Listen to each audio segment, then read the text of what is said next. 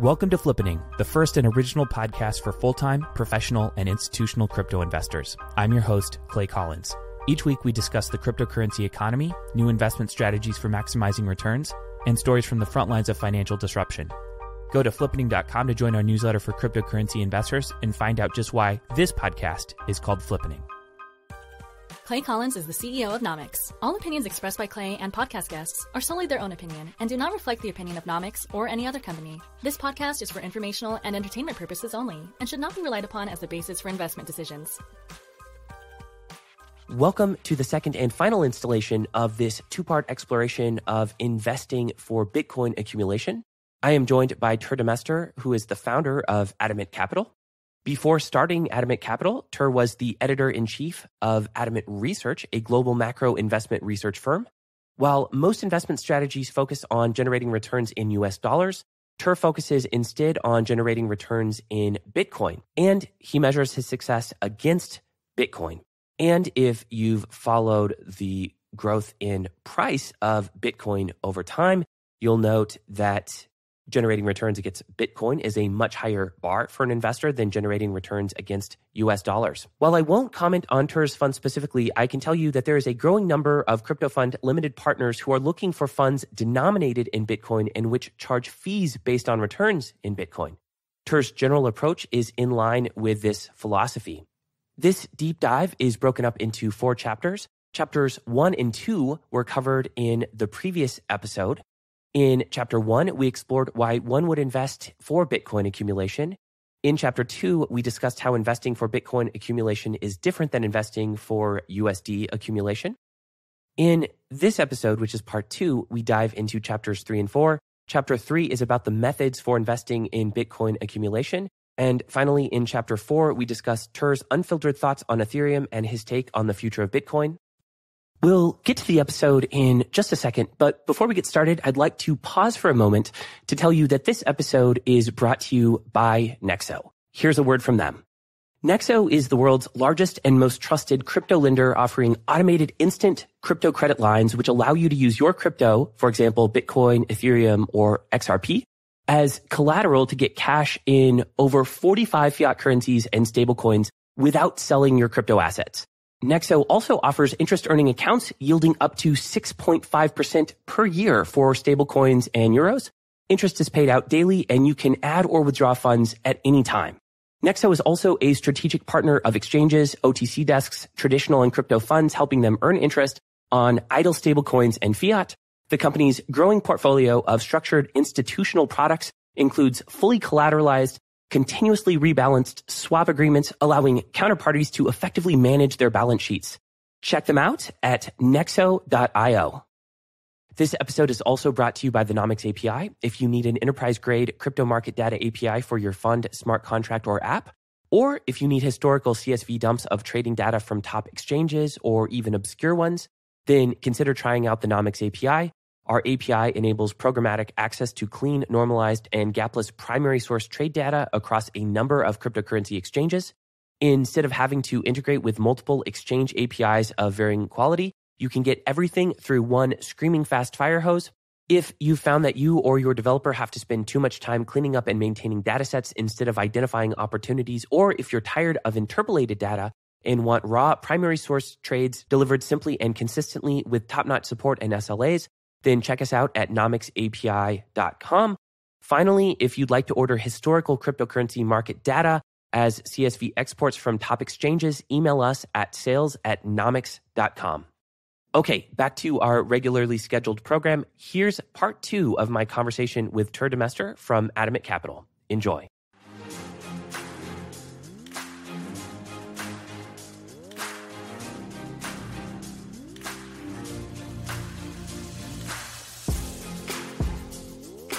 Let's start this episode and part 2 of our conversation by kicking off chapter 3, which is about the methods for investing in Bitcoin accumulation. When I think of investment methods, I think it both in terms of passive smart beta strategies and active strategies. What do you see the fundamental strategies for Bitcoin accumulation, if there are special cases here. I was thinking most about like earning interest on BTC. That seems like a very BTC accumulation friendly approach versus just investing whatever you want and hoping you just beat Bitcoin. The one that we've seen the most is people who are agnostic about whether Bitcoin is going to win or something else is going to win. They just see a lot of activity in the crypto space and they try to kind of invest broadly. And so either they will hold a basket of currencies or they will invest in companies that extract profits out of the space, most notably, of course, exchanges. But there's others as well. There's these analytics companies. There are the miners. There's some media companies, although, I think that's maybe a stretch to really call those investments crypto plays. I'm trying to think. There's hardware companies that make things that are used in the space. There's wallet companies who are mainly looking to gather a lot of eyeballs and then hopefully build a platform that people are going to interact with. Now there's more institutional services too, such as prime brokerages, OTC desks, things like that. So those are all like beta kind of proxies for the space, like how just like investing in the NASDAQ back in 1998. But then if you hone in on Bitcoin, like what is a proxy for Bitcoin? You can of course invest in companies that primarily focus on Bitcoin, like Bitcoin miners, and more actually, because Bitcoin is becoming more dominant and mature. There are more and more startups that focus primarily on Bitcoin, such as Casa recently announced that they are shifting to pure Bitcoin. Casa is a hardware producer in the space. They produce nodes and I think they also do multi-sig custody. So when it comes to like really generating alpha, then I think Bitcoin interest-bearing accounts don't really exist. There are some products that are being offered. I think most of them are based on lending. Somehow, the Bitcoin is aggregated and then lent out, and then more Bitcoin is paid back.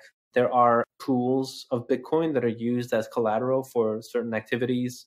The very earliest one was probably the pool that was under Satoshi Dice, which was a gambling website. And so that was the house. It was basically the money of the house. And then the profit that the company generated, part of that, I think, was paid out to people who invested in the pool. And many other Bitcoin gambling sites have done that. And it was risky. It's always been risky to invest in those pools because the existence of these gambling companies was just precarious. But now there are miners who borrow sometimes. There are just funds who are trading Bitcoin, and sometimes they want to go short. And in order to go short, you need to borrow. So those are kind of the sources of interest. And in a bear market, especially in a down market, there's a lot of demand for shorts. That's very interesting. But as you start going up and you really start hitting a new bull market, that's when the risk for defaults increases, right? Because you have all these debtors who are exposed to a debt that is in dollar terms exploding in value. That can be tricky. And then there's all kinds of option strategies where if you sell out of the money options on your Bitcoin, you can earn $1 income without having to sell the Bitcoin. But you have to be careful because if there's a big move against you, then you can be forced to liquidate that Bitcoin. There's different strategies out there to earn interest. And you can also use Bitcoin as collateral and then borrow dollars and then invest in that way. That would be another alpha strategy. If you think you can outperform whatever your interest rate is, then you also create alpha on top of your Bitcoin. If someone were listening to this and held Bitcoin and didn't want to exit their Bitcoin position, and they weren't they weren't an institutional investor, they weren't incredibly sophisticated, they just kind of wanted a simple, easy way to accumulate Bitcoin without exiting their position in Bitcoin, is there a place that you'd send them, or is there a particular strategy that you would encourage them to learn kind of first and foremost before everything else? I would say, first of all, don't do it with all your Bitcoin, because you are going to be rewarded for taking risk, which means that the risk is real. You can end up on the wrong side of that. So don't do it with all your Bitcoin. And then I would say that the way to not sell your Bitcoin is to somehow use it as a collateral, just how people borrow against their life insurance policy. So find a place. I don't want to name names, but there are players out there where you can do that, where you deposit your Bitcoin as collateral. We actually saw this happen back in the day, even people who would just go to the bank and just borrow a small amount and invest in Bitcoin. But of course, the bank would not accept their existing Bitcoin stash as collateral. And so that's kind of a sign of more and more maturity where now, yes, you can find places that will accept that as collateral, and then you get better terms because then it becomes a secured loan. So either depositing your Bitcoin and earning interest on it, or putting your Bitcoin down as collateral and then taking that money and deploying that in a way that might return some kind of value that you could reconvert back into into Bitcoin. That seems like the two big ones. Yeah. And I would say if you deposit your Bitcoin for earning interest, you really want to investigate who the counterparties are and really want to study that closely, because it's a very specialized activity to be a lender to counterparties, especially if you're going to lend in an asset like Bitcoin that could appreciate a lot. At first, this seemed like such a simple thing and a no-brainer. And then, personally, as someone who does have Bitcoin, it struck me that I didn't want to give up custody. Despite all the benefits, giving up custody of Bitcoin would be hard. But I think that goes into what you said about not handing it all over to one of these services in the same way that exchanges go down and there's security vulnerabilities and all that. And until there's FDIC insurance for, Bitcoin that's earning you interest, it's probably not the best the best thing to do with all of your BTC.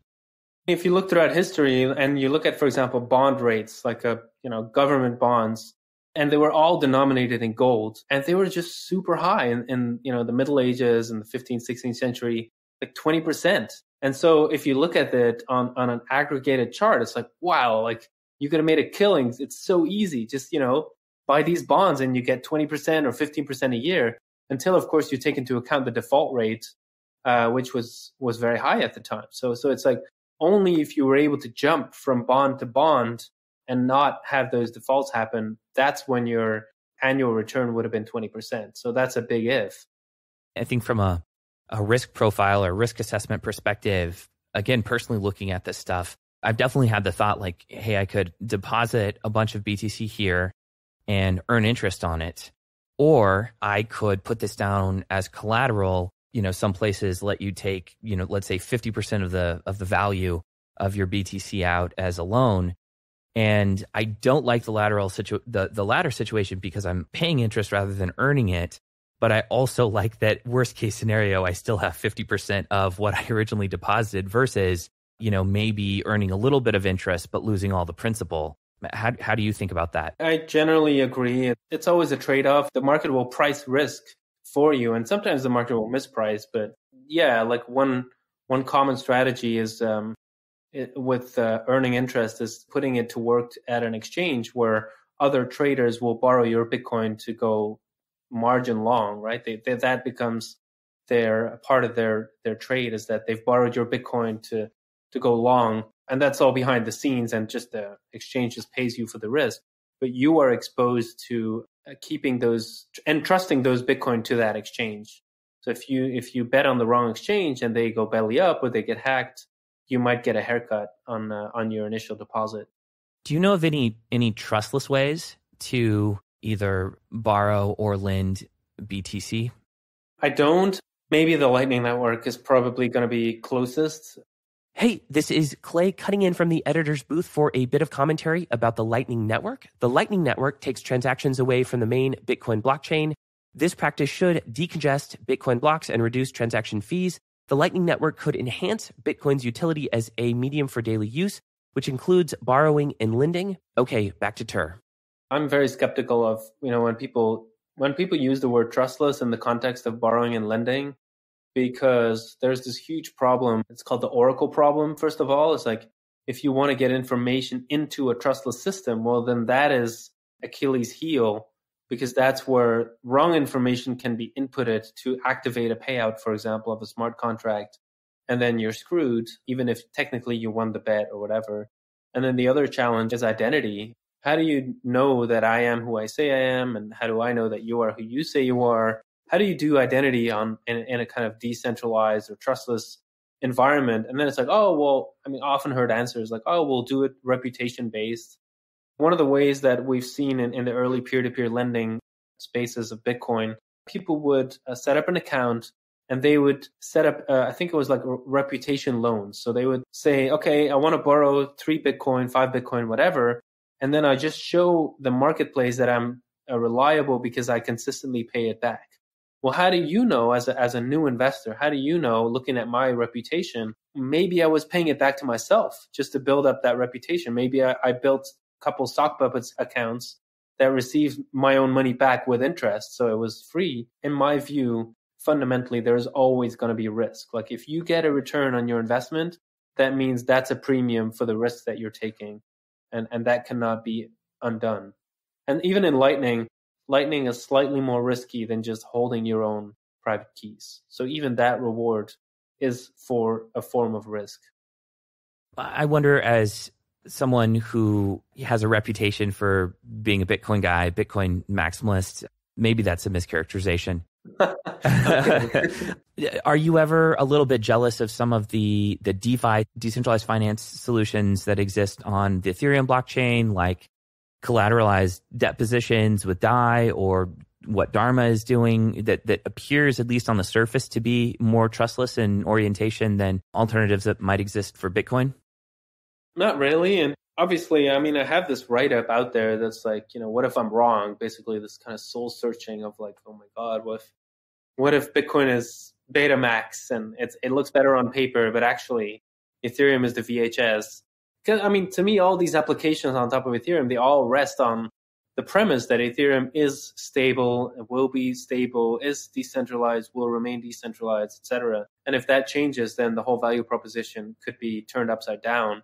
Just how, if you had built a startup on, say, Google Glass, and then that platform just disappears, well, then no matter how good your startup is, that's also going to go away. Shout out to Kyle Samani. That's true, actually. Yeah, just the first thing that came to mind. But it's important to choose your platform. And it's no dig. Startups, it's always risk. Like there's always risk involved. It is important to choose your platform. And so it's a very broad generalization, but I think we've already seen it, that some of the platforms that are called decentralized, all of a sudden the guy who's operating it gets subpoenaed and it kind of goes away, or it turns out that it wasn't as decentralized as people thought.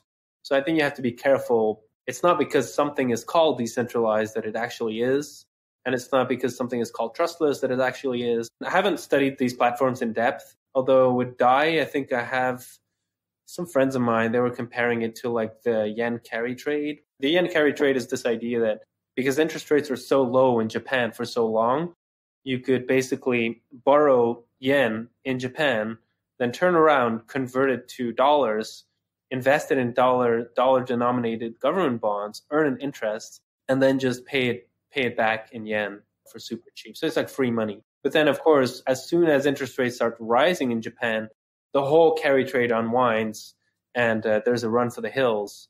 And so the suggestion that I've heard from some people is that with DAI, it's potentially kind of a similar buildup of risk. I would have to study in detail to understand the details. We've discussed a little bit about passive strategies, or at least strategies where it's explicit in an agreement that you are putting up Bitcoin and getting back some kind of return in Bitcoin. Let's call those, the majority of those, passive strategies. How do you think about active strategies? Are there active strategies around Bitcoin accumulation that aren't simply like, let's make investments that we think are going to outperform Bitcoin in the long run? Are there investments here that are a bit more tied to Bitcoin that you would still solidly call alpha? Aside from how you call it, like there are, several ways to outperform Bitcoin. And just for like argument's sake, I'm going to make abstraction of the tax situation because you can kind of compartmentalize that sometimes. So to outperform Bitcoin, like you said, you can invest in smaller coins that will then go up more in a bull market, which is a little bit like investing in small cap stocks, who are often also going to outperform in a bull market, and then they get worse performance in a bear market. That is, I think, a valid strategy. Also, it gets interesting in a bear market because you can outperform Bitcoin in a bear market simply by holding dollars. In a bear market, what often happens is that Bitcoin is kind of crowded out in the bull. Like people just get really wild about these alternative coins, or alternative possibilities, or things that complement Bitcoin. And then all of a sudden, in a bear market, it's back to basics. And Bitcoin is often the funding mechanism for a lot of these investments. Hey, I want to pause for a second to let you know that this episode of the Flippening Podcast is brought to you by the folks at Nexo. Again, here is a word from them. Nexo is the world's largest and most trusted crypto lender, offering automated instant crypto credit lines, which allow you to use your crypto, for example, Bitcoin, Ethereum, or XRP, as collateral to get cash in over 45 fiat currencies and stablecoins without selling your crypto assets. Nexo also offers interest-earning accounts yielding up to 6.5% per year for stablecoins and euros. Interest is paid out daily, and you can add or withdraw funds at any time. Nexo is also a strategic partner of exchanges, OTC desks, traditional and crypto funds, helping them earn interest on idle stablecoins and fiat. The company's growing portfolio of structured institutional products includes fully collateralized, continuously rebalanced swap agreements, allowing counterparties to effectively manage their balance sheets. Check them out at nexo.io. This episode is also brought to you by the Nomics API and CSV data export service. The Nomics Market Data API offers squeaky clean and normalized primary source trade data offered through fast and modern endpoints. If you're a professional investor or developer and you need accurate prices or accurate history, I can tell you that our competitors' prices, for the most part, are not accurate. We're actually going to come out with a report about this soon. I should note that the Nomics API is used by many of the largest and most influential companies in the space, including top exchanges, 100 plus AUM funds, and prop shops. Hit us up if you'd like more details or go to nomicsapi.com. Furthermore, if you'd like to order historical cryptocurrency market data as CSV exports from top exchanges, email us at sales@nomics.com. Okay, back to this episode. So if you want to get out, you have to go to Bitcoin first. So Bitcoin is kind of the bottleneck, and that's why the Bitcoin dominance will often really increase in bear markets. The strategy that comes with that is that you can short assets. As you see the market get tired, you can short altcoins against Bitcoin. So you borrow the altcoin, you go long Bitcoin, and then over time, you sell the Bitcoin and you buy back the altcoin. That allows you to make a return in Bitcoin as well. So that's kind of a way to kind of, but what if there's one more spike? I'm hesitant to outright short Bitcoin against the dollar, but shorting these alts is like a little softer way to still put a bet on that it's a bear phase. So with that strategy, one would use their Bitcoin to borrow alts, wait for it to go down, and then buy back into that position and then return it. Is that essentially the strategy? Yeah, like say that you short Ethereum, and so it's the Ethereum Bitcoin pair. Say that it's like, a one Bitcoin investment. So you sell one Bitcoin worth of Ethereum when Ethereum is worth a lot. And then Ethereum goes down and Bitcoin goes down too, but not as much. Then with less than one Bitcoin over time, you should be able to buy back that entire Ethereum position, to pay back your Ethereum debt, in other words. And so whatever Bitcoin is left in your account is your alpha. That's brilliant. And is the strategy for doing that with altcoins? Of course, after interest, because if you go short, you are borrowing, so you are going to pay some interest as well. Is the reasoning for doing this with altcoins versus, say, USD, that there's just larger swings there, or is there something else at play? Are you just not interested in doing this versus USD? Well, the tricky part with just going plainly short in dollars is that kind of like, what if you're wrong? Yeah. Whereas like if you are right in that the altcoin market is overheated versus Bitcoin, like that relative assessment, then you don't have to even be right about the entire bull market being over, right? It can just be a lull or whatever, and you just make that trade. And so it's just less risky to do it that way. In a way, you could argue you can have somewhat bigger positions. Bitcoin, I think on average has gone up against the dollar by 50 basis points a day, over all the years. So like that's a significant bet to make. Whereas Bitcoin versus altcoins, especially in bear markets, Bitcoin has absolutely murdered these altcoins. Yeah, that makes a lot of sense. And they also keep rotating. There's like altcoins that are the fad of the day. They're just nowhere to be seen a couple of years down the road. I can think of instances where I've felt sure about some of these decisions versus others, and I never feel quite sure about shorting Bitcoin, whereas I often have a lot more conviction about shorting altcoins, or at least Ethereum, which is a proxy for what's happening with all altcoins.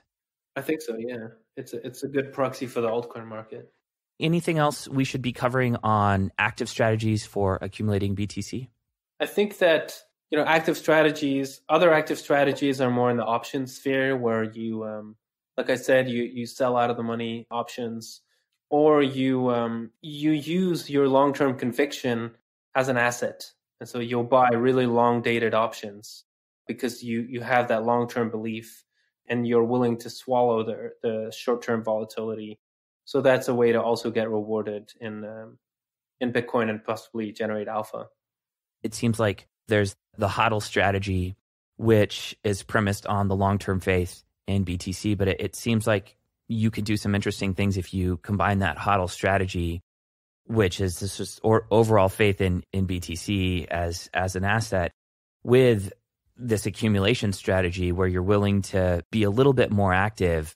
And if you take a long enough time horizon into account and inevitable times of downturns, that can play into this as well. Like simply just having the long-term conviction is enough to pull off this strategy, even if that's just buying a little bit more BTC with USD. That's probably the simplest accumulation strategy.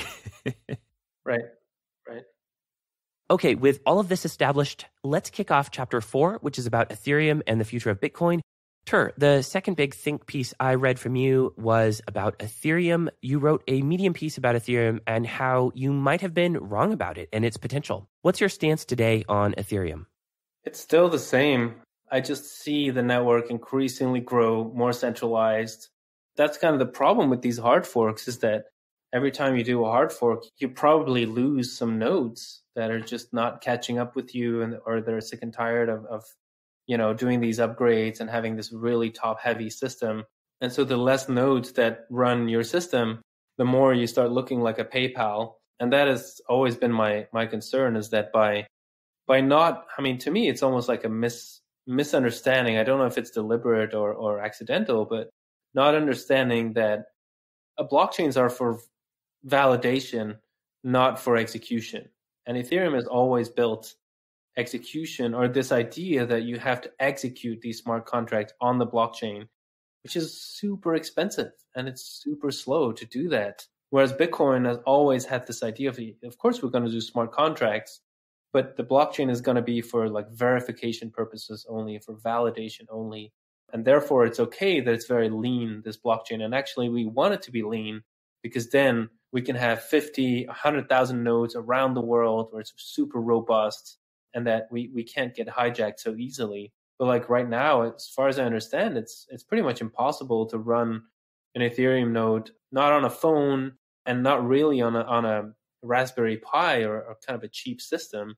And it requires quite a lot of technical knowledge to fix things if somehow you're stuck. And that to me is just the bottom line. And then so I keep seeing new partnerships or things like that. But, the centralization issue is going to cap, I think, the long-term market potential of Ethereum, because that means it can be hijacked by some political entity, by some economic entity, and then they can just do with it what they want. And then all these startups are kind of at the whim of whatever this authority is going to be. I was actually at one point an Ethereum maximalist, and I had this theory that Ethereum would there would be these second order network effects, that in addition to having network effects around Ethereum, there were the network effects of all the tokens and projects that had issued ERC20 tokens on top of Ethereum, and that it would be this sort of compounding platform, and that a whole bunch of value would accrue there. And luckily, I had that idea when it was a good idea to have that idea, and I stopped having that idea before everything went to crap. Good for you. I don't know if I believe that anymore. I don't know that Ethereum is actually really good at one thing. Like, is it the best of both worlds or is it the worst of both worlds? I'm starting to think now it's probably the latter. I remember Vitalik talking about, I think he called it a transactions first blockchain. So Ethereum was like a transactions first blockchain and Bitcoin was like a security first blockchain. And it just always was weird to me because like, if you want billions of transactions, billions of dollars of value of transactions on your chain, shouldn't it be secure in the first place? Like, shouldn't you figure out transactions after you've kind of nailed security? I feel like the market has validated that, Ethereum is, what is it now, like worth only a quarter or less? It's like $16 billion versus 92 for Bitcoin. So 17% of Bitcoin's market cap now. I think that's because it's just way less secure. I just tweeted it out. How do you define Ethereum? If it can hard fork at any time, and Ethereum 2.0 is going to be something completely different from Ethereum 1.0. So it's probably going to be this contentious hard fork as well. So it's just really a hornet's nest, I think. And I do think that, there was this serious economic value because it was a publication platform, a funding platform for all these ICOs. So I think you were right in that assessment, is that drove a lot of the value. But then just like we had to ask with Yahoo, like Yahoo back in the day, they were also the advertising platform for startups. Is it sustainable? Is it scalable? And Yahoo was not, and I think Ethereum is not either.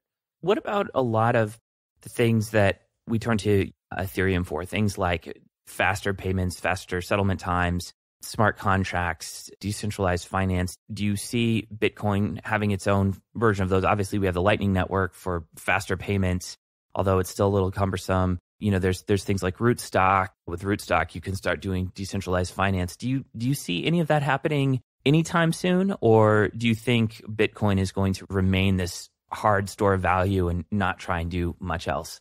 No, I think Bitcoin is going to be the internet of money. It's really going to be very huge. It's just that because it's this modular ecosystem, you just really have to understand the phase that we are in. And so right now, Lightning is like one of the first smart contract platforms on Bitcoin. By the way, the reason why Ethereum could do more transactions is just because they have, relatively bigger blocks, but their trade-off is just a much more bloated blockchain. So I think that allowed you to grow faster in the beginning, but then you have this massive problem down the road, which I think is what they're having now. And so, but smart contracts, rather than looking at Rootstock, I'm looking at like the liquid sidechain, Blockstream's liquid sidechain is going to, like, ICOs are coming to Bitcoin basically. Like, we're going to have asset issuance on top of Bitcoin, just as many tokens as you want, completely private, which is also different from ERC20. And so that's just going to open a whole world of possibilities, IOUs, derivatives, like all that is possible on top of Bitcoin. And so rather than call it really decentralized, it's trust reduced finance, because I don't think you can completely decentralize. For example, a derivative is just a bet between two parties. How can you make that completely decentralized? How do you sue someone on a blockchain? Like, what if somebody refuses to pay, or, what if contracts are not honored? Like, that was a challenge with the internet too, is that we see all these possibilities, but like, for example, video streaming is like, wow, like that's so obvious that's going to happen. But if you had a startup doing video streaming in 1998 or in 2002, you were going to fail. Like, you were just too early. With Bitcoin, it's going to be financialization first. We're going to see all these financial products built around and on top of Bitcoin, like Bitcoin futures and all kinds of contracts that make it easier for funds to have it as an asset in their portfolio and to place all kinds of bets on it.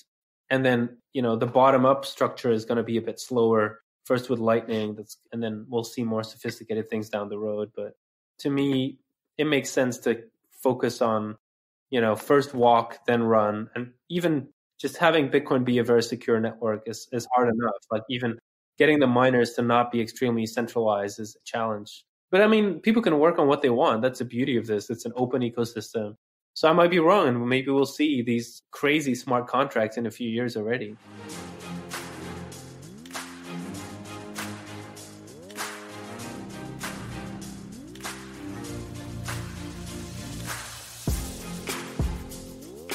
Well, that wraps up this two-part series with Tuur Demeester from Adamant Capital. I truly hope you enjoyed this content. Before you go, I want to mention that since we've started producing episodes of the Flippening podcast at a much higher rate, we now have room for a few more sponsors. If you like the work that we do and you would like to support the show, then a sponsorship might be a good fit for you. I can say from our own experience that Flippening sponsorships work. Each and every time we put out episodes of this podcast, we mention our API. And to date, every single one of those advertisements has resulted in at least one customer. In fact, we would do these shows even if nobody else sponsored because of the business it brings to us. And over 80% of paying customers mention that they heard of us through our podcast. If you're interested in sponsoring a show, please hit us up at support@nomics.com. Okay, that wraps things up for this week. Stay tuned for next week's episode. Until then, take care. That's it for this week. To sign up for our free crypto investing newsletter, listen to other episodes, or get the show notes from this episode, please visit flippening.com. I also invite you to check out the startup that funds this podcast, Nomics, spelled Nomics, at nomics.com. Finally, if you got value from the show, the biggest thing you can do to help us out is to leave a 5-star review with some comments and feedback on iTunes, Stitcher, or wherever you listen to podcasts. Thanks for listening, and see you next week.